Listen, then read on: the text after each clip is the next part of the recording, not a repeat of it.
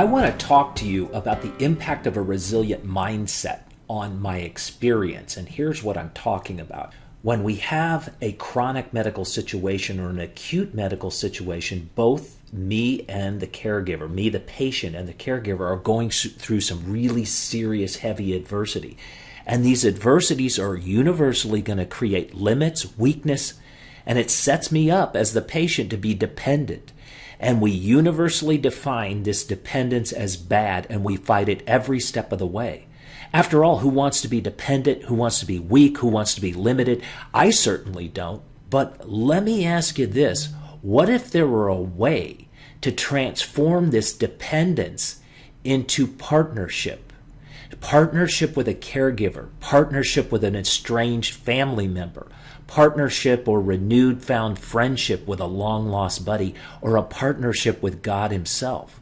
That is transformative of my experience because it transforms suffering into some kind of meaningful growth experience.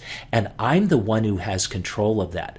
For example, my weakness and my limitation becomes inspirational to others.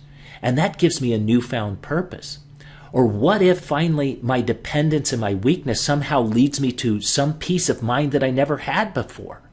I've always wondered how some people with the most chronic, acute, life-threatening situations end up saying that their illness was a blessing in disguise. And this is what they mean. This is the journey they've gone through. And this is really what the art of healing is about. In a nutshell, the healing and resilience I'm talking about happens because of something called the gratitude reflex. At some point, high-performance patients learn how to be grateful in the midst of adversity. And the reason they learn this is because it's instinctual.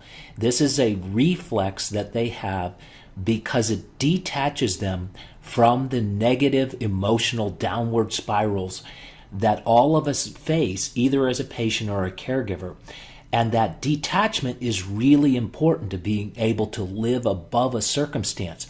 And the other piece of it is really powerful and not to be underestimated. So now I detach from the negative because I'm considering these very powerful emotional experiences that are embedded in my memory. And I relive these things and I amplify them, and I'm going to use them to empower me. And they take me into a adoption of hope, forgiveness, trust. They help me create patience, humility, humor. There's all these empowering emotions that are deep in our soul. Call it your emotional DNA.